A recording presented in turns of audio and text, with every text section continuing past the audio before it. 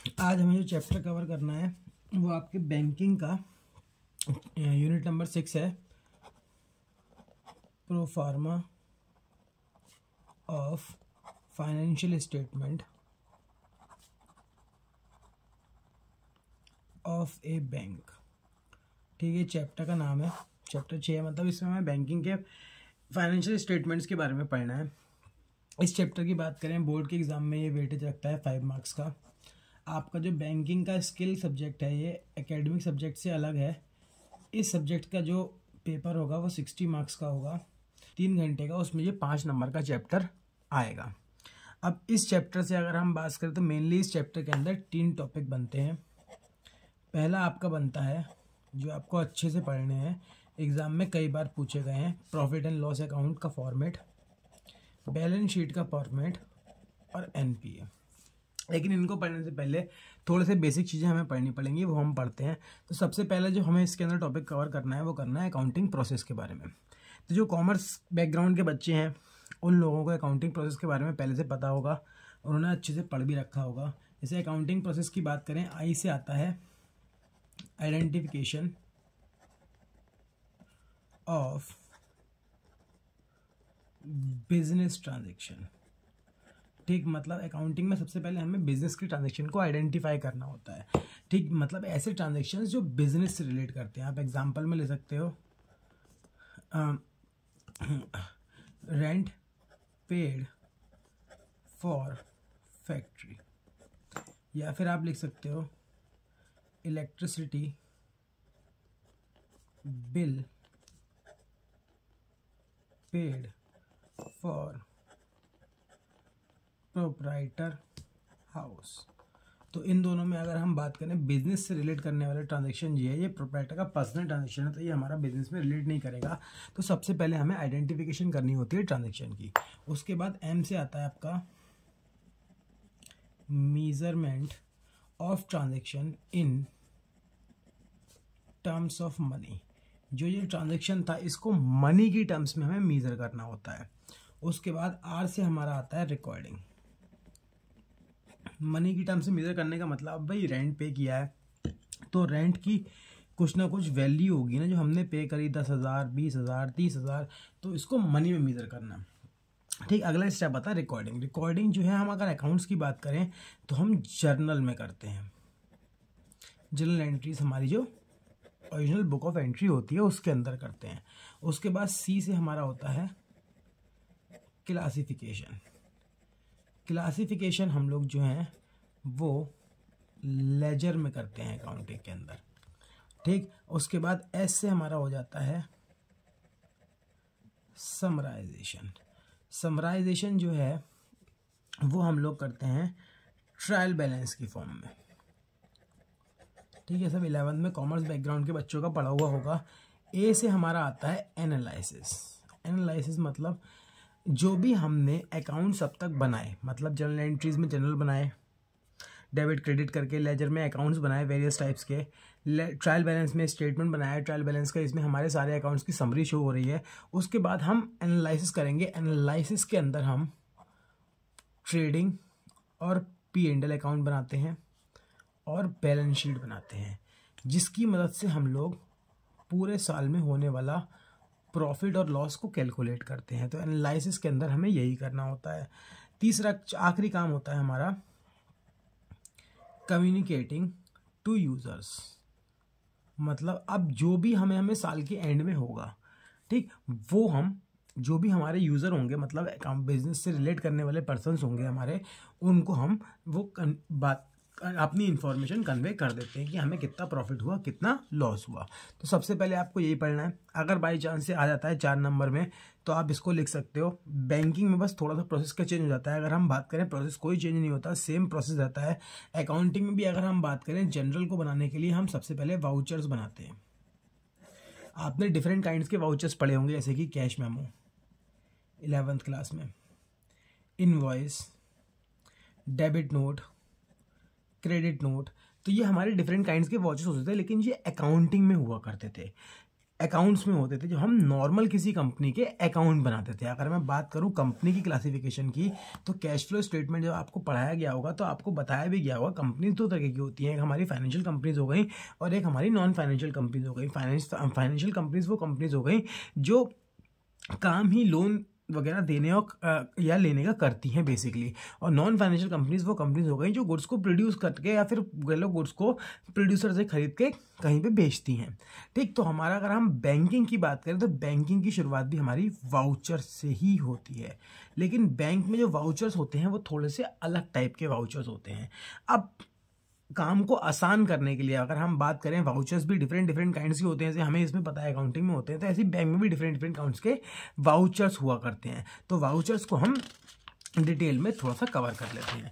तो वाउचर्स की अगर मैं बात करूं तो वाउचर की डेफिनेशन होती है, ये एक डॉक्यूमेंट होता है in which details of transaction are recorded, जिसके अंदर हम ट्रांजैक्शन की सारी डिटेल्स को रिकॉर्ड करते हैं। मतलब क्या गया हमारे पास से, क्या आया, ये रिकॉर्ड किया जाता है, या फिर हम ये कह सकते हैं कि ये एक प्रूफ ऑफ ट्रांजैक्शन भी होता है। वाउचर्स 3 टाइप के होते हैं। पहला होता है आपका पे इन स्लिप। अगर मैं पे इन स्लिप की बात करूँ तो पे इन स्लिप जो होता है ये एक डॉक्यूमेंट होता है use for depositing money in bank account. मतलब अगर आसान शब्दों में कहा जाए, जो आप डिपॉजिट फॉर्म का इस्तेमाल करते हैं बैंक में पैसे जमा करने के लिए, ये हमारा पे इन स्लिप कहलाता है। दूसरे टाइप का वाउचर भी सेकंड टाइप पे इन स्लिप होता है, मतलब इसका नाम ही सेकंड टाइप पे इन स्लिप है। अगर आप बुक में देखोगे तो ये भी लिखा हुआ है, यही लिखा हुआ है। ये वो वाउचर्स होते हैं जो रेमिटांसेस के लिए, मतलब फंड्स को ट्रांसफर करने के लिए यूज किए जाते हैं। ये हमारे वो वाउचर्स होते हैं, जैसे कि ड्राफ्ट्स हो गया, मेल ट्रांसफ़र हो गया, पे ऑर्डर हो गया, ये सब हमारे इसके अंदर आते हैं। थर्ड टाइप के वाउचर्स भी होते हैं, वो हमारे बैंक के इंटरनल वाउचर्स होते हैं, जिन्हें बैंक ही प्रिपेयर करता है, prepare by bank when bank initiate a transaction. जब बैंक क्या करेगा, कोई ट्रांजेक्शन इनिशिएट करेगा, मतलब शुरू करेगा, जैसे कि प्रोवाइडिंग इंटरेस्ट, आपके सेविंग अकाउंट के ऊपर इंटरेस्ट प्रोवाइड करना, या फिर किसी भी तरीके के चार्जेस को चार्ज करना आपसे। तो ये हमारे 3 तरह के वाउचर्स होते हैं। आप कॉमनली बात करें तो बैंक ने, अगर हम बात करें, पे इन स्लिप और सेकंड टाइप के वाउचर्स को कंबाइन कर दिया है। अगर आप देखो तो आपको आरटीजीएस और एनईएफटी के सेम फॉर्म्स मिल जाएंगे। विड्रॉल फॉर्म पे भी पे इन स्लिप लिखा होता है, डिपॉजिट फॉर्म पे भी पे इन स्लिप लिखा होता है। तो इनको आसान करने के लिए बैंक ने क्या करा है, इन वाउचर्स को एक कॉमन कर दिया ताकि बैंक का खर्चा कम हो। अलग अलग पेपर प्रिंट कराने पड़ेंगे, उसमें ज़्यादा खर्चा होगा, तो ताकि खर्चा कम हो उसके लिए सिंगल वाउचर का ही इस्तेमाल किया जाता है, उसमें ही बस डिटेल भर दी जाती है। पहले के टाइम पे अगर मैं बात करूँ, जब बैंकिंग की स्टार्टिंग हुई थी तो हर तरीके के अकाउंट के लिए अलग वाउचर हुआ करता था। मतलब जैसे कि आपने पढ़ा है कि बैंक में सेविंग अकाउंट होता है, करंट अकाउंट होता है, एफडी होती है, आरडी होती है। पहले इन सब के लिए अलग अलग वाउचर्स हुआ करते थे, लेकिन अब इन सब में पैसे जमा करने के लिए सिंगल वाउचर का ही इस्तेमाल कर लिया जाता है। उस वाउचर के ऊपर लिखा होता है कि आप पैसे किस में जमा करना चाह रहे हो, बस उस पर आपको टिक कर देना होता है। तो ऐसा इसलिए किया गया ताकि बैंक की कॉस्ट वगैरह कम आए। इसके अलावा अगर देखा जाए, कुछ कुछ बैंक जो है हर वाउचर को अलग अलग कलर देते हैं, वो इसलिए देते हैं ताकि इजी आइडेंटिफिकेशन हो पाए। तो ये वाउचर्स के आप बेनिफिट्स के तौर पे भी लिख सकते हो। ठीक, कि सिंगल वाउचर्स यूज़ करना शुरू कर दिए ताकि कॉस्ट मिनिमाइज हो पाए, और अलग अलग कलर के वाउचर्स यूज़ करना शुरू कर दिए ताकि उनको आइडेंटिफिकेशन आसान हो पाए। वाउचर्स को ख़त्म करने के बाद अगर हम बात करें, हम अकाउंटिंग प्रोसेस में आगे बढ़ते हैं। तो वाउचर्स प्रिपेयर हो गए। वाउचर्स को प्रिपेयर करने के बाद हम पहुँचते हैं अपने अगले स्टेप पे, जो कि हमारा होता है जनरल की बुक में एंट्रीज करना। तो जिस बुक में हम बैंक में एंट्री करते हैं उसे कहते हैं मेन डे बुक। ये क्या होती है, समरी होती है सारे डेबिट और क्रेडिट ट्रांजैक्शंस की बैंक की। मतलब बैंक के पास जितना पैसा आया, बैंक के पास से जितना पैसा गया, वो इसके अंदर सब कुछ हमारा रिकॉर्ड होता है। कॉमर्स बैकग्राउंड वाले डेबिट और क्रेडिट को आसानी से समझ रहे होंगे, लेकिन जो नॉन कॉमर्स बैकग्राउंड के हैं उनको थोड़ा सा डेबिट क्रेडिट के बारे में स्टडी करनी पड़ेगी। कोई दिक्कत नहीं है, आप खाली रट लो, आपके रट के ही काम चल जाएगा। इसके बाद अगर हम बात करें जनरल लेजर, फिर हम लोग जनरल वर्ड अगर गायब भी कर दें कॉमर्स वाले तो लेजर, ऑब्वियस सी बात है। जनरल बनाने के बाद क्या बनाते थे आप, लेजर बनाया करते थे। तो अब हम लेजर बनाएंगे, मतलब पर्टिकुलर हेड के अकॉर्डिंग जितने भी हेड्स होंगे, जैसे फॉर एग्जांपल मशीनरी परचेज, हमने मशीनरी परचेज की तो हमने जनरल बनाई होगी। यहाँ पे जनरल क्या बनाई होगी, मशीनरी परचेज करने की, machine account debit to cash, ये तो बनाई होगी। अब हम तो एक मशीन का अलग अकाउंट बनाएंगे, कैश का अलग अकाउंट बनाएंगे। अगर हमने सैलरी पे करी है तो salary account debit to cash, तो सैलरी का अकाउंट हम अलग बनाएंगे, कैश का हम पहले ही बना चुके हैं अगर सेम ट्रांजेक्शन चल रहा है। अगर हमने सामान किसी को उधार बेचा है, जैसे मान लो सोहन को सामान उधार बेचा है, तो Sohan account debit to sales बनेगी एंट्री, तो सोहन का अकाउंट अलग बनेगा, सेल्स का अकाउंट अलग बनेगा। मतलब जितने भी ट्रांजेक्शन्स में अगर हम बात करें हमारे अकाउंट्स आ रहे हैं, वो हमारे सबके हम अलग अलग सेपरेट हेड्स बना लेते हैं। तो यहाँ लिख रखा है it consist of separate accounts of all customers of bank. इसमें मतलब कस्टमर्स के सारे, चाहे वो कस्टमर कैसा भी हो हमारा, इसके अंदर हम रिकॉर्ड करते हैं, सबके अलग अलग अकाउंट बनाते हैं। इट इज़ अ बुक, ये बुक होती है in which all accounting transaction recorded, इसमें सारे अकाउंटिंग ट्रांजेक्शन हमारे रिकॉर्ड की जाते हैं। ट्रायल बैलेंस, ट्रायल बैलेंस क्या होता है तो याद होगा, ट्रायल बैलेंस 11th क्लास में पढ़ा था आपने। इसका कुछ ऐसा सा फॉर्मेट होता है जिसमें यहाँ पे पर्टिकुलर, यहाँ पे हमारा जनरल फोलियो, लेजर फोलियो आता है, ये डेबिट हो गया, ये क्रेडिट हो गया। तो इस तरीके का हम एक फॉर्मेट बनाते थे जिसमें हम लेजर में जितने भी अकाउंट होते थे उनका जो बैलेंस होता था, जो बैलेंस निकल के आता था, वो यहाँ पे लिखा करते थे। जैसे कि अगर डेटर्स होते थे तो उन्हें हम डेबिट साइड पे लिखते थे, क्रेडिटर्स होते थे तो उन्हें क्रेडिट साइड पे लिखते थे, कैपिटल होती थी क्रेडिट साइड पे लिखते थे, रेंट खर्चा है तो डेबिट साइड पे लिखते थे। इसके अपने रूल्स हुआ करते थे, तो इसके अकॉर्डिंग हम इन्हें बनाया करते थे। खैर हमें बनाना नहीं है, हमें खाली डेफिनेशन पता होनी चाहिए 1 नंबर के हिसाब से। तो ये एक स्टेटमेंट होता है in which all ledger accounts are listed and their at their closing balance, मतलब इनके क्लोजिंग बैलेंस के ऊपर हम इन्हें नोट करते हैं। क्लोजिंग बैलेंस का मतलब जो आप जब अकाउंट बनाते हो, तो अगर आप याद होगा पार्टनर्स कैपिटल बनाते हो पार्टनरशिप में, तो यहाँ पे टू बैलेंस CD निकल के आता है, तो ये आपका क्लोजिंग बैलेंस होता है। ये क्लोजिंग बैलेंस हम ट्रायल बैलेंस में नोट करते हैं। प्रॉफिट एंड लॉस अकाउंट की बात करूँ तो प्रॉफिट एंड लॉस अकाउंट आपको बताइए, ये एक अकाउंटिंग स्टेटमेंट होता है। ठीक है, यहाँ लिख लो it is accounting statement showing profit and loss for a particular period of time. एक पर्टिकुलर पीरियड ऑफ टाइम के लिए बताएगा, जैसे कि 1 अप्रैल से लेके 31 मार्च के लिए, जो नॉर्मली हम लोग बनाते हैं। बैलेंस शीट, बैलेंस शीट एक स्टेटमेंट होता है showing position of A bank, जो आपकी बैंक की पोजीशन शो करता है, मतलब हमारी एसेट्स के बारे में और हमारी लाइबिलिटीज़ के बारे में बताता है। अब एसेट्स क्या हो गई, एसेट्स का मतलब हो गया एक तरीके से प्रॉपर्टीज़, किसकी, बैंक की। अब हम बैंक के बारे में पढ़ रहे हैं तो बैंक की, बिजनेस के बारे में पढ़ते हैं, फर्म के बारे में पढ़ते हैं, कंपनी के बारे में पढ़ते हैं तो कंपनी की। लाइबिलिटी मतलब बैंक के ऊपर जो बर्डन है, या कह लो बैंक के ऊपर जो डेप्ट है, उसे दूसरे लोगों का पैसा देना है, वो हमारी लाइबिलिटीज़ होती हैं। ठीक, ये बेसिक हो गया हमारा। इसके बाद अगर बात करें तो मेन टॉपिक की तरफ बढ़ते हैं। तो 4 नंबर में कई बार ये पूछा गया है आपसे फॉर्मेट। ठीक, हो सकता है कि इस बार भी पूछा जा सकता है। तो फॉर्मेट बनाना है, सेम टू सेम बनाने को आ सकता है, तो आप बिल्कुल इसको एज इट इज ऐसे ही बनाएंगे। यहाँ पे लिखेंगे form of consolidated profit and loss account of bank and it's subsidiaries engaged in financial activities. मतलब ये एक फॉर्म है किसका, कंसोलिडेटेड। कंसोलिडेटेड मतलब, अब कंसोलिडेटेड का ही मतलब बता देता हूँ मैं क्या होता है। कंसोलिडेटेड का मतलब 2 चीज़ें होती हैं। अगर आपने अकाउंट्स का प्रोजेक्ट ध्यान से बनाया होगा तो आपने ध्यान दिया होगा, कहीं कहीं पे स्टैंड अलोन बैलेंस शीट थी और कहीं कहीं पे कंसोलिडेटेड बैलेंस शीट थी। अब इसका मतलब क्या होता है, जैसे अगर मैं बात करूं SBI बैंक, SBI बैंक की पूरे देश में बहुत सारी ब्रांचेज हैं। अगर पर्टिकुलर हर ब्रांच अपना अलग प्रॉफिट एंड लॉस स्टेटमेंट बनाएगा, जैसे फॉर एग्जांपल मेरा जहाँ रहता हूँ प्रेमनगर में, बरेली में, वहाँ पे प्रेमनगर की जो ब्रांच होगी, अगर वो अपना अकाउंट बनाएगी तो वो स्टैंड अलोन अकाउंट कहलाएगा। जैसे कि अगर हम बात करें, अगर कोई एरिया जैसे हरुनगला मान लो, ठीक, हरुनगला में कोई ब्रांच है, तो वहाँ पे जो बैंक होगा SBI का, जो ब्रांच होगी, वो अपना अलग स्टेटमेंट बनाएगी, तो इन्हें कहते हैं स्टैंड अलोन स्टेटमेंट। जब पूरा SBI का, एक SBI की फाइनल फर्म भी तो होगी जिसके अंदर ये सारे बैंक्स आते होंगे, सारी ब्रांचेस आती होंगी, जब वो अपना P&L स्टेटमेंट बनाएंगे तो हम उसे कहते हैं कंसोलिडेटेड स्टेटमेंट ऑफ P&L या कंसोलिडेटेड बैलेंस शीट। ठीक, तो उसके अंदर मतलब सारे SBI की ब्रांचेस आ जाएंगी जितनी भी हमारी एग्जिस्ट करती हैं। तो अब अगर बात करें फॉर्मेट में, कुछ ज़्यादा चेंजेस नहीं होते, फॉर्मेट का तरीका वही होता है, मेथड भी लगभग वैसा ही होता है, बस थोड़े से आइटम चेंज हो जाते हैं। आइटम क्यों चेंज हो जाते हैं, आइटम इसलिए चेंज हो जाते हैं क्योंकि अगर बात करें यहाँ पे हमारा मेन ऑपरेशन जो है किसी और चीज़ का है। जैसे आपने ऑपरेटिंग एक्टिविटी में कैश फ्लो स्टेटमेंट में देखा था कि जो नॉन फाइनेंसिंग कंपनीज होती हैं उनका मेन ऑपरेशन किसी और तरीके से होता है। ठीक है, वो सेल्स देती है, वहाँ पे RFO होता है, हम सामान बेचते हैं। यहाँ पे हम सामान तो बेच नहीं रहे, ऑब्वियस सी बात है, हम जो पैसा कमा रहे हैं वो इनकम से ही पे तो शो करेंगे। अगर आपको याद हो, जैसे कि अगर हम बात करें P&L स्टेटमेंट का, profit and loss statement of profit and loss का हमारा यही फॉर्मेट होता है। उसमें पर्टिकुलर बस यहाँ पे शेड्यूल की जगह नोट नंबर, करंट ईयर और प्रीवियस ईयर आ जाता है, सेम आता है, कोई दिक्कत नहीं है। बस यहाँ की जो हेड्स हैं वो थोड़ी चेंज है। अगर मैं बात करूँ पहला हेड तो इनकम या रेवेन्यूज़, आप यहाँ पे ये देखते हो, ठीक है। उसके अंदर अगर रेवेन्यू की बात करो तो उसमें आपको RFO दिखता है और अदर इनकम दिखता है, दिखता है नहीं दिखता है, वहाँ पे आपको RFO और अदर इनकम दिखता है। लेकिन यहाँ पे तो आरएफओ हो ही नहीं सकता क्योंकि हम सामान बेच ही नहीं रहे हैं कुछ, ठीक है। तो इसलिए आरएफओ नहीं है, आरएफओ मतलब सेल्स नहीं है देखने को मिलेगी हमें। तो हम यहाँ पे कैसे पैसा कमा रहे हैं, हम इंटरेस्ट से पैसा कमा रहे हैं। कैसे इंटरेस्ट, जो हम लोन दे रखा है हमने लोगों को, उस पर हम पैसा कमा रहे हैं। Share of earning and associates, associates मतलब हमारे बैंक के जो एसोसिएट्स बैंक है, हमारे बैंक से जुड़े हुए बैंक है, छोटे मोटे बैंक, हम उन जो वो पैसा कमा रहे हैं वो भी तो हमें ट्रांसफर करेंगे।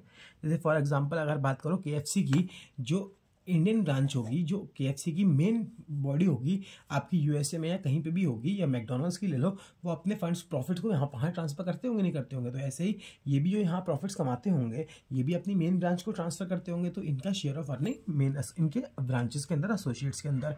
ऐसे ही अदर इनकम, इसके अलावा ऐसी कोई भी इनकम वो हमारी इसमें इंक्लूड हो जाती है। जैसे अदर इनकम से कह सकते हैं। तो इसको भी हम डिटेल में देख लेते हैं, कोई दिक्कत बात नहीं, एक एक करके चलते हैं, डिटेल में देख जाते हैं ताकि हमारा आसानी से कवर हो जाए। पहले अगर इंटरेस्ट एंड डिविडेंड अर्न की बात करें, जो हमारा पहला हेड आपको दे रखा है यहाँ पे इंटरेस्ट एंड डिविडेंड अर्न, तो इसके अंदर इंटरेस्ट रिसीव हो जाएगा, जितना भी हमें इंटरेस्ट मिलेगा किसके ऊपर, जो हमने लोन्स एंड एडवांसेस दे रखे हैं, ठीक, उनके ऊपर। इनकम और इन्वेस्टमेंट, इनकम और इन्वेस्टमेंट मतलब अगर हमने किसी कंपनी के शेयर्स खरीद रखे हैं, डिबेंचर्स खरीद रखे हैं, या एसजीबीस खरीद रखे हैं, ये क्या होता है, से सवर्जिन गोल्ड बैंक्स बॉन्ड्स होते हैं हमारे, जो आरबीआई इशू करता है, इसे हम ट्रेजरी बिल्स भी कहते हैं। अगर हमने इसमें पैसा जमा कर रखा है तो इस पर हमें जो इनकम जनरेट हो रही है वो हो गया interest on balances with RBI. हम सबको पता है आरबीआई के पास हम लोग पैसा जमा करते हैं अपना, ठीक है। रिवर्स रेपो रेट वाली कहानी, जैसे कि बात करें तो सीआरआर ले लो मेनली, अगर नॉर्मली नहीं लो तो सीआरआर ले लो। सीआरआर तो आरबीआई के पास जमा होता है, मिनिमम लिमिट होती है, तो उस पर भी कुछ ना कुछ इंटरेस्ट मिलता होगा। या हम किसी और बैंक के ऊपर जो पास जो पैसा जमा करते हैं अपना, तो उस पर जो हमें इंटरेस्ट मिलता है वो हमारा इसके अंदर आ जाता है। उसके अलावा share of earning and associates बताई दिया मैंने आपको। अदर इनकम की बात करें तो अदर इनकम के अंदर जो भी और इनकम कमाए, जैसे कि बैंक कोई कमीशन कमाता है, किसी प्रकार की ब्रोकरेज मिलती है, ब्रोकरेज कब मिलेगी, डीमैट अकाउंट भाई बैंक खोलते हैं, अक्सर डिपॉजिटरी का काम करते हैं। अब ये क्या होती है डिपॉजिटरी, तो आपने बिजनेस में पढ़ रखा होगा, डिपॉजिटरी एक संस्था होती है जो आपके शेयर्स को इलेक्ट्रॉनिक फॉर्म में होल्ड करती है। एक इंस्टीट्यूशन होता है जो आपके शेयर्स और डिबेंचर्स को, सिक्योरिटीज को इलेक्ट्रॉनिक फॉर्म में होल्ड करता है, तो उसके भी तो वो कुछ चार्जेस लेता होगा। तो वो यहाँ पे होगा। एक्सचेंज ऑफ करेंसी, बैंक्स जो है करेंसीज को एक्सचेंज करके देते हैं। Profit on sale of investment, bank जो है अक्सर शेयर्स डिबेंचर्स खरीदते बेचते रहते हैं। ऑब्वियस सी बात है भाई, बैंक का काम ही यही है इन्वेस्टमेंट करके पैसे कमाना, वो कोई चीज़ बना थोड़ी नहीं रहा जो वो बेचेगा। तो वो क्या कर रहा है, वो तुमसे पैसा लिया, उसे कहीं इन्वेस्ट किया, उससे जो अर्निंग कमाई वो तुम्हें ट्रांसफर कर दी, थोड़ी सी अपने पास रख ली, तो यही काम करता है, ठीक। तो उससे जो इन्वेस्टमेंट हुई है। Profit on revaluation of assets, तो रिवैल्यूएशन कॉमर्स वाले बच्चे बहुत चीज़ जानते हैं। रिवैल्यूएशन मतलब जो भी हमारी एसेट्स है उनको रिवैल्यू करने से। फॉर एग्जांपल बैंक की बिल्डिंग है, हमने जब बैंक खोला तो बिल्डिंग 1 करोड़ की थी, आज वो 3 करोड़ की हो गई, 2 करोड़ का प्रॉफिट हो गया, तो ये हो गया रिवैल्यूएशन, कि हमने उस बिल्डिंग की दोबारा से कीमत निकलवाई। ऐसे हम सब एसेट्स की निकलवाते हैं। इस पर जो प्रॉफिट है लॉस होता है वो हमारा अदर इनकम में आ जाएगा अगर प्रॉफिट होगा तो। Profit on sale of land building other assets, ये आपको पता ही है। Profit on sale of fixed assets हमारा नॉन ऑपरेटिंग एक्सपेंस होता है, तो वो हमारा इसलिए अदर इनकम में आता है, क्योंकि ये नॉन ऑपरेटिंग है। अगर बात करें हम, नॉन ऑपरेटिंग इनकम होती है हमारी। डिविडेंड रिसीव हो गया, अगर हमने कहीं इस कंपनी के शेयर्स ले रखे हैं तो इसमें आएगा। इसके अलावा मिसलेनियस इनकम, कोई भी अदर इनकम जो बैंक कमाएगा वो हमारी इसके अंदर कंसिडर कर ली जाती है। अब फिर क्या करेंगे, हम इन तीनों का टोटल करेंगे, यहाँ लिखेंगे, तो ये हो जाएगा हमारा टोटल इनकम। इनके शेड्यूल्स ध्यान रखना एग्जाम में लिखने के लिए। उसके बाद हमारे आते हैं एक्सपेंसेस। अगर मैं एक्सपेंसेस की बात करूँ तो एक्सपेंसेस के अंदर हमें 3 तरीके के एक्सपेंसेस पढ़ने होते हैं, interest expanded, operating expenses, provision and contingencies. तो पहले इन तीनों को फटाफट से कवर कर लेते हैं। तो इन तीनों की अगर मैं बात करूँ तो इंटरेस्ट एक्सपेंडेड मतलब हम कितना इंटरेस्ट पे कर रहे हैं। इंटरेस्ट पे ऑन डिपॉजिट, जो आपने पैसा जमा कर रखा है उस पर आपको मिलने वाला इंटरेस्ट बैंक के लिए खर्चा है।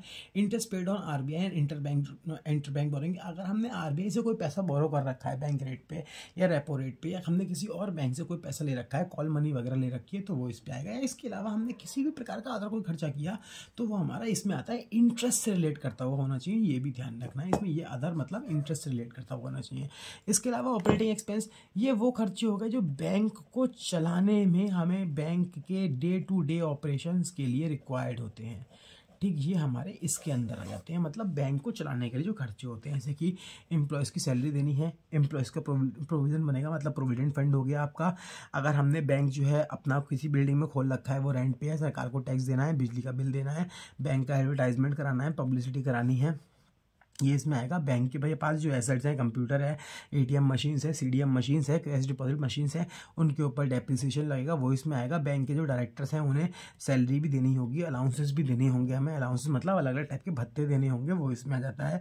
ऑडिटर फी, अगर हम अपने अकाउंट्स का ऑडिट कराते हैं, जो कराना ही कराना होता है हमें, तो हमें उसके पैसे देने होते हैं। लीगल चार्जेस, अगर कोई केस वगैरह बैंक का फंस जाता है तो उसमें जो लॉ चार्जेस होते हैं वो देने होते हैं। लीगल एंड अदर एक्सपेंसेस, और भी कोई सरकारी खर्चा होता है तो वो इसके अंदर आता है। पोस्टेज, टेलीग्राम, टेलीफोन, ये टेलीफोन मतलब जो फ़ोन के खर्चे होते हैं, टेलीग्राम वगैरह, कोई आज से आपके पास अक्सर चेकबुक वगैरह भेजते हैं, आप अपना नया अकाउंट खुलाओ तो आपके चेकबुक आपके घर आएगी, एटीएम आपके घर आएगा, तो ये इसमें खर्चा आ जाता है। रिपेयर और मेंटेनेंस, बैंक में एसी वगैरह रिपेयर कराया, कोई मशीन रिपेयर कराई, एटीएम रिपेयर कराया, तो वो इसमें आता है। या बैंक में किसी भी चीज़ का हमने इंश्योरेंस कराया तो वो हमारा इसके अंदर कवर हो जाता है। तो ये होते हैं हमारे ऑपरेटिंग एक्सपेंसेस, मतलब वो खर्चे जो बैंक को चलाने के लिए ज़रूरी होते हैं। आगे आते हैं प्रोविजन एंड कंटीजेंसीज। ये कौन सी होते हैं? मतलब अब ऑब्वियसली बात है, हमारे को प्रॉफिट होता है तो प्रॉफिट में से हम कुछ पैसा बचा के रखते हैं ताकि भविष्य में अगर कभी हमें ज़रूरत पड़े तो हम उसका इस्तेमाल कर सकें। तो अब पैसा जो हम सेव करके रखते हैं अपने प्रॉफिट में से निकाल के, कुछ पैसा जो हम सेव करते हैं उसे दो तरीके से सेव करते हैं, एक तो रिजर्व में और एक प्रोविज़न में। रिजर्व जो होते हैं वो अननोन लाइबिलिटीज़ के लिए बनाए जाते हैं। मतलब मैंने रिजर्व बना लिया, गुल्लक के पैसे डाल लिए, सोच लिया कि भविष्य में कभी भी कोई भी जरूरत पड़ेगी तो इसमें निकाल लूँगा। प्रोविज़न जो है वो पर्टिकुलर लाइबिलिटी के हिसाब से ही बनाए जाते हैं, जैसे provision for bad and doubtful डेब्ट।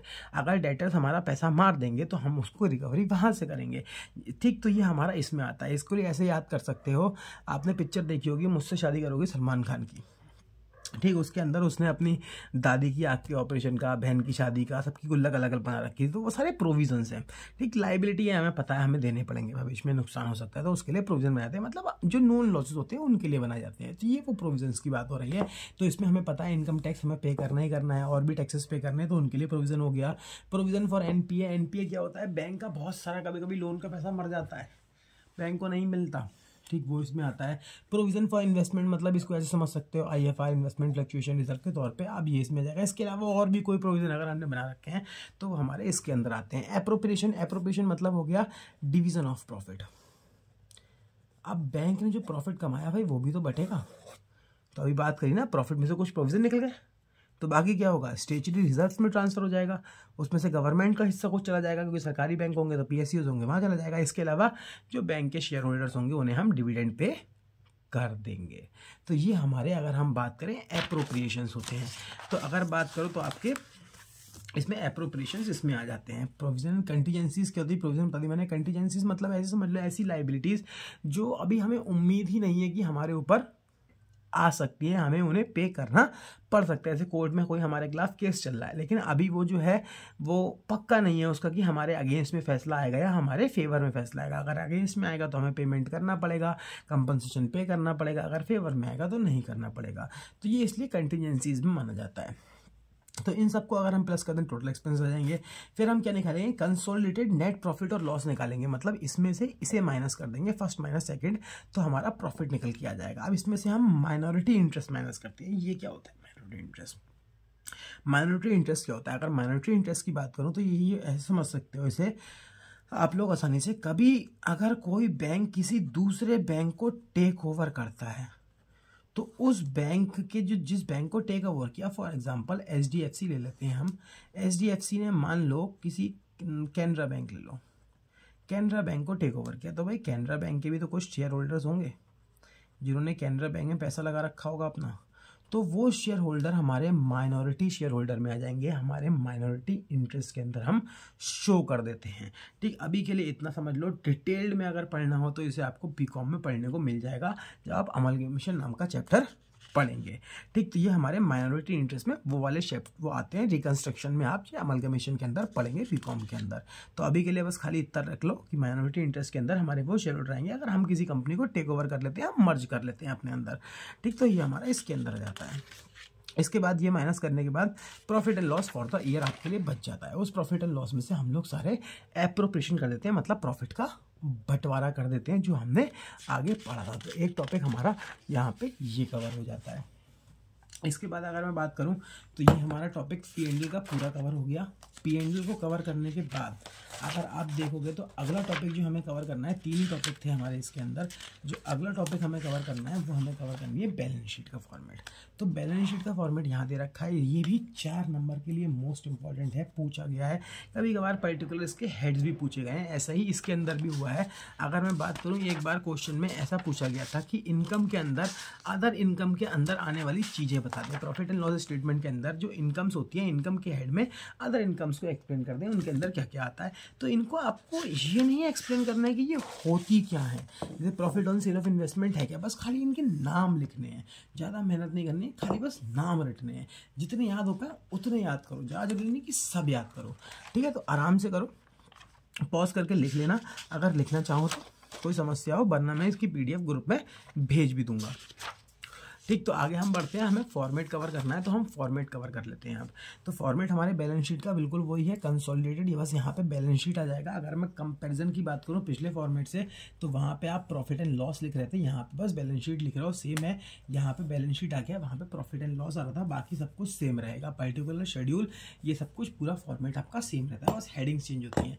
तो पहली हेडिंग कैपिटल एंड लायबिलिटी, जैसे कंपनी की बैलेंस शीट होती है, सेम वही, कोई डिफरेंस नहीं। कंपनी की बैलेंस शीट में सबसे पहले कैपिटल मतलब शेयर होल्डर फंड आता था हमारा, तो यहाँ पे हमारी कैपिटल मानी जाएगी। कैपिटल आ गई, फिर रिजर्व एंड सरप्लस आ गया, आपको पता ही है। माइनॉरिटी इंटरेस्ट अभी बता के आए, डिपॉजिट जो आपका बैंक में पैसा जमा कर रखा है, बोरोइंग्स जो हमने किसी दूसरे बैंक से या RBI से पैसा उधार ले रखा है, सैंड्री पेबल्स हमें अगर कोई पेमेंट करना है तो वो, अदर लाइबिलिटी, इसके अलावा कोई और लाइबिलिटी है तो वो हमारी इसके अंदर कवर हो जाती है। अगर हम बात करें एसेट्स में, cash and balances with RBI, हमने जो भी पैसा RBI के पास जमा कर रखा है वो इसके अंदर आता है। Balances with bank and money at call and short notice, मतलब अगर हमने किसी बैंक को पैसे उधार दे रखे हैं या हमने किसी को कॉल मनी उधार दे रखी है तो वो हमारा इसके अंदर आता है। इन्वेस्टमेंट, हमने शेयर्स और डिवेंचर्स में अगर कहीं पे पैसे इन्वेस्ट कर रखे हैं तो वो हमारे इसके अंदर आ जाते हैं। लोन्स एंड एडवांस, हमने जितने भी लोन्स वगैरह दे रखे हैं वो इसके अंदर आएंगे। सन्ड्री रिसीवेबल्स, अगर हमें किसी से पैसा रिसीव होना है, मिलना है, तो वो इसके अंदर नोट किया जाएगा। फिक्स एसेट्स, जितनी भी बैंक की फिक्स एसेट्स होंगी, जितनी भी मशीन्स हैं, AC फेसी, फर्नीचर हमारे काउंटर सब इसके अंदर आ जाएंगे। अदर एसेट्स, इसके अलावा और भी कोई एसेट्स होगी तो वो इसके अंदर आ जाती है। हमारी गुडविल, इंटेंजिबल एसेट्स होती है, आपको पता है, वो भी इसमें आती है। इसके अलावा P&L अकाउंट का डेबिट बैलेंस, क्रेडिट बैलेंस होगा तो ऑब्वियस सी बात है सरप्लस के अंदर चला जाएगा आपका, ठीक। लेकिन अगर डेबिट बैलेंस होगा तो वो यहाँ पे शो होता है। फिर इसका टोटल हो गया। कंटीजेंट लायबिलिटी आपको पता ही है। बिल्स फॉर कलेक्शन, ये बता देते हैं। तो ये बिल्स फॉर कलेक्शन आपके BR और BP वाला सीन हो गया, जो हम कैश करा लेते थे। मतलब आपको पता ही है, नॉर्मली आप पढ़ चुके हो कि कोई भी सेलर अगर उसके पास कोई BR है तो वो उसे जाके बैंक के पास जाके कैश करा सकता है, थोड़े से कमीशन बैंक को देने के बाद। फिर बैंक जो है उसके बिहाफ पे जाके वहाँ पे पेमेंट रिसीव कर सकता है। तो ये हमारे इसके अंदर आ जाते हैं।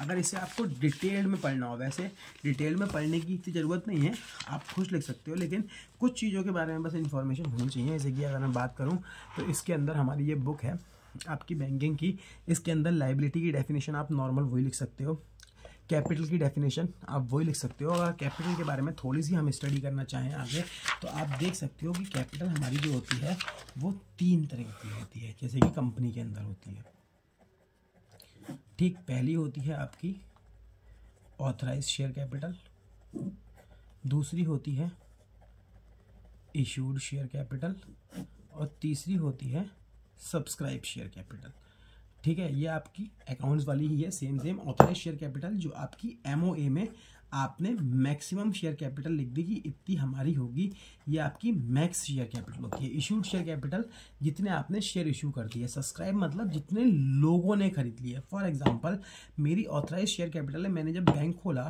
तो बैंक में लिखवा दी कि मेरी ऑथराइज कैपिटल 10 करोड़ की है। अब मैंने फैसला किया कि मेरे एक शेयर की कीमत 100 रुपये होगी और मैं मात्र 1 लाख शेयर ही इशू करूँगा, तो ये मेरी इशूड शेयर कैपिटल है। और बाई चांस मान लो 95,000 ही शेयर लोगों ने खरीदे, तो 95 मेरी क्या हो जाएगी, सब्सक्राइब शेयर कैपिटल हो जाएगी। तो ये हमारा इसके अंदर आ जाता है। अब अगर इसे हम आगे बढ़ें तो ये कैपिटल में हो गई हमारी, कैपिटल के अंदर आपको यही कवर करना था। इसके बाद रिजर्व एंड सरप्लस, इसमें वही हो गया कि हमारे अनडिस्ट्रीब्यूटेड प्रॉफिट्स आते हैं। बस इतना ध्यान रखना है, इंडिया के अंदर ये लाइन मेन है कि हर कमर्शियल बैंक को कानूनन 20% अपने प्रॉफिट का रिजर्व फंड के अंदर ट्रांसफर करना होता है। डिपॉजिट तो आप लिख सकते हो, इसके अंदर demand deposit, saving deposit, fix deposit वगैरह आ जाते हैं। हमारे बोरोइंग्स फ्रॉम अदर बैंक्स, इसमें हमने किसी दूसरे बैंक से लोन ले रखा है तो वो आ जाएगा। बिल पेबल है मतलब अनपेड बैंक ड्राफ्ट और ट्रांसफर इशूड बाय बैंक, मतलब अगर हमने कोई बैंक ड्राफ्ट इशू कर रखा है और अभी तक वो कैश कराने नहीं आया कोई, तो वो हमारा इसमें आता है। एक्सेप्टेंस एंड एंडोर्समेंट, ये वैसे बैलेंस शीट के फॉर्मेट में लिखा नहीं है लेकिन तब भी आप याद करना चाहो तो कर सकते हो। अगर हमने कोई चीज़ एक्सेप्टमेंट दे रखी है जैसे कि लेटर्स ऑफ क्रेडिट और बैंक गारंटीज, ये आप फर्स्ट चैप्टर में पढ़ चुके होंगे, हम इंपोर्टर एक्सपोर्टर में देते हैं तो ये हमारे इसमें आते हैं। ठीक, कंटीजेंट लाइबिलिटी आपको पता ही है, प्रॉफिट एंड लॉस आपको नॉर्मली पता ही है, बिल्स फॉर कलेक्शन आपके वही हो गए। एसेट्स में अगर हम बात करें तो कैश आप पता ही है, कॉल मनी आपकी वो हो गई। ठीक है, एक दिन ये करीबन भूल गया मैं समय क्या होता है, शायद एक ही दिन का होता है। तो एक्यूरेटली दिन वगैरह तो उसमें आपको लिखने नहीं है क्या होता है, मुझे याद भी नहीं है एक्यूरेटली। ठीक, तो उसको कोई टेंशन वाली बात नहीं है, बस ये ध्यान रखना ये मनी मार्केट में आपका इंस्ट्रूमेंट यूज़ होता है। बैंक वाले इसको CRR वगैरह की लिमिट को मेंटेन करने के लिए इस्तेमाल करते हैं। ये क्विकली कैश में कन्वर्ट हो जाते हैं, इसका ज़्यादातर इस्तेमाल होता है। बिल डिस्काउंटेड वही हो गया आपका, इन्वेस्टमेंट हो गई, लोन्स एंड एडवांसेस हो गए, फिक्स एसेट्स हो गई। तो ये सब अगर हम बात करें हमारी इसमें आती है, बस इनको एक बार रीड कर लेना और इसके अलावा कुछ भी नहीं है इस पेपर में। ठीक, इसके बाद जो अगला इंपॉर्टेंट टॉपिक आपको कवर करना होता है वो हमें करना होता है NPA, नॉन परफॉर्मिंग एसेट्स। ये भी मोस्ट इंपॉर्टेंट है मेरे अकॉर्डिंग। बैलेंस शीट का फॉर्मेट तो अगर आ जाएगा तो ये बहुत ईजी क्वेश्चन है, कॉमर्स के बैकग्राउंड के बंदे कर ही लेते हैं, लेकिन NPA एक इंपॉर्टेंट क्वेश्चन है कि एग्जाम में आना चाहिए, चाहे भले ही छोटी फॉर्म में आए, चाहे बड़े आए, चाहे चॉइस में लग के आए, बैलेंस शीट या P&L के साथ, उन दोनों में से तो बनता ही बनता है। लेकिन 100% मैं श्योर हूँ कि इसमें से एक क्वेश्चन अगर मैं होता एग्जाम में तो जरूर देता, क्योंकि इसके बारे में आपको इन्फॉर्मेशन होनी चाहिए आगे जाके। ये वर्ड हमें कई बार सुनने को मिलता है। ठीक, तो NPA होते क्या है, तो bank classify it's loans and advances given by them in 4 category. मतलब बैंक जितने भी लोन्स एंड एडवांसेस देता है उन्हें 4 कैटेगरी में डालता है। इसमें से 3 कैटेगरी हमारी NPA की आती है। NPA मतलब नॉन परफॉर्मिंग एसेट्स। अब कॉमन सी बात है, बैंक जो भी लोन दे रहा है किसी भी इंसान को, तो ये जो लोन उसने दिया उसके लिए एक एसेट है नहीं है, ये तो हमें कॉमन सी बात पता है। हम लोन लेते हैं तो हमारी लाइबिलिटी, अब हम बैंक हैं यहाँ पे, हमें बैंक के बिहाफ पे सोचना है, तो हमने लोन दिया तो हमारे लिए क्या ही एक एसेट है। तो अब इसको 3 कैटेगरी में बांटा गया है, 4 कैटेगरी में बांटा गया है, स्टैंडर्ड एसेट्स, सब स्टैंडर्ड एसेट्स, डाउटफुल एसेट्स और आपकी लॉस एसेट्स। तो फटाफट से पढ़ लेते हैं, बस खाली लिखने को आएगा, ज़्यादा मेहनत नहीं करनी है। स्टैंडर्ड एसेट्स वो एसेट्स होती हैं जिसमें which not disclose any problem and does not carry more than normal risk. मतलब ऐसे लोन्स या एडवांसेस ग्रांटेड बाय बैंक्स, मतलब ऐसे लोन या एडवांसेस जो बैंक ने दे रखे हैं, which does not disclose any problem, जिसमें कोई समस्या नहीं है। ठीक, and does not carry more than normal risk, और इसमें कोई ज़्यादा रिस्क भी नहीं है, हम जब चाहेंगे तो ईजिली हमें हमारा पैसा मिल जाएगा। सच लोन्स आर नॉट NPA, इन्हें NPA नहीं कहा जाता है। ये स्टैंडर्ड एसेट्स में आती हैं। सब स्टैंडर्ड्स लोन्स जिनकी in which current net worth of borrower or market value of security is not enough to recover loans given by bank, such loans are NPA। मतलब ऐसे लोन बैंक ने अगर दे दिया जिसमें उसे लगता है कि जिस बोरोवर को हमने दिया है कि वो पे नहीं कर पाएगा, या उसने जो एसेट्स दिया उसे बेच के भी हम लोन का पैसा कवर नहीं कर पाते हैं। फॉर एग्जाम्पल तुमने 10 लाख का लोन लिया, बैंक को एसेट्स दिए खाली 7 लाख की, तो बैंक जो है भाई तुम्हारा, अगर तुम लोन नहीं चुकाओगे तो 3 लाख रुपए की तो बैंक की मर जाएगी, बैंक का नुकसान हो जाएगा। तो बैंक के लिए सब स्टैंडर्ड एसेट कहलाती है। ठीक, तो इसकी डेफिनेशन मैंने इजी लैंग्वेज में लिख ली है, आप चाहो तो नोट भी कर सकते हो। डाउटफुल एसेट्स, डाउटफुल एसेट्स में एक लोन जो है वो तब डाउटफुल माना जाता है when it has all the weakness of सब स्टैंडर्ड एसेट, जब उसमें सब स्टैंडर्ड एसेट की सारी वीकनेस हो, मतलब जो सिक्योरिटी हो वो कम होनी चाहिए लोन के अमाउंट ग्रांटेड से, मतलब हमारा लोन का पैसा रिकवर नहीं होना चाहिए सिक्योरिटी को बेच के। दूसरा, इसके अलावा इसमें वीकनेस होनी चाहिए कलेक्शन से रिलेट करते हुए, पैसा मिलने में दिक्कत होनी चाहिए, और लिक्विडेशन से रिलेटेड अगर है तो वो हमारा डाउटफुल में आता है। ऐसी कोई एसेट जिसे हम राइट ऑफ करना भूल गए होली या पार्शली, या वो अनकलेक्टेबल है, मिलेगी ही नहीं, चाहे वो कितनी ही कम वैल्यू की हो या बहुत ही कम वैल्यू की है, बैंक के लिए इसकी कोई इंपॉर्टेंस नहीं है, वो हमारी लॉस एसेट्स के अंदर कंसिडर कर ली जाती है। इसके अलावा एक टॉपिक इसके अंदर और है छोटा सा जो हमें कवर करना है, वो होता है हमारा रूल्स ऑफ डेबिट और क्रेडिट, जो मैं लिखना इसमें भूल गया। तो रूल्स ऑफ डेबिट और क्रेडिट क्या है, अगर मैं बात करूं तो हमारे जो अकाउंट्स होते हैं, बस ज़्यादा नहीं करना है, थोड़ा सा पढ़ना है, कुछ ज़्यादा डिटेल में नहीं जाना है। तो अकाउंट्स को 2 कैटेगरी में क्लासीफाई किया जाता है अकाउंटेंसी के अंदर। एक होते हैं आपके पर्सनल अकाउंट और एक होते हैं इम्पर्सनल अकाउंट। अब दोनों में फ़र्क क्या है? पर्सनल अकाउंट में हमारे वो सारे लोग आ जाएंगे जो नेचुरली बॉर्न है, मतलब नेचुरल पर्सन आ जाते हैं। आर्टिफिशियल पर्सन जिन्हें हमने बनाया, जैसे कि बैंक हो गया, कोई कंपनी हो गई, वो आर्टिफिशियल है। या रिप्रेजेंटेटिव पर्सन, तो ये क्या होते हैं ये भी 2 मिनट बाद में देख लेंगे। ठीक, नेचुरल पर्सन ऐसे समझ लो Ram, Mohan. Artificial person SBI, ठीक, या फिर सैमसन, ये हमारे आर्टिफिशियल है। इम्पर्सनल में 2 कैटेगरी आती हैं हमारी, एक रियल अकाउंट और एक नॉमिनल अकाउंट। ठीक, ये हमारे 2 अकाउंट आते हैं। तो आपको ये 3 पता होने चाहिए। इन तीनों से भी तब नाम से पता होना चाहिए, बस इनके रूल पूछ लेता है एग्जाम में, और कुछ नहीं पूछता कि इनके अंदर क्या क्या आता है, क्या क्या चीज़ें हैं, ये कुछ नहीं पूछता, बस आपसे इसके रूल पूछ जाते हैं। सबसे पहले पर्सनल अकाउंट का रूल आपको बता देता हूँ कि क्या होता है। ठीक, पर्सनल अकाउंट का रूल होता है debit the receiver, credit the giver. मतलब जो जिसे पैसे मिल रहे हैं, जिससे कोई सामान रिसीव हो रहा है वो डेबिट होगा, जो कोई पैसा सामान दे रहा है, पैसा दे रहा है, वो क्रेडिट होगा। ठीक, रियल अकाउंट में हमारी सारी एसेट्स आ जाती हैं एक्सेप्ट बैंक और डेटर। क्यों? क्योंकि डेटर कोई इंसान होगा, इसलिए डेटर चला गया नेचुरल पर्सन में। और बैंक की बात करूं तो बैंक एक आर्टिफिशियल हो गया। ठीक, नॉमिनल में हमारे सारे एक्सपेंसेस, लॉसेस, गेन और इनकम आती है। तो इसका रूल क्या है? अगर रियल अकाउंट का रूल करें हम, तो इसका रूल होता है डेबिट व्हाट कम्स इन, जो आया वो debit, credit what goes out, जो गया वो क्रेडिट। इसका है ऑल लॉसेस और expenses should be debited, all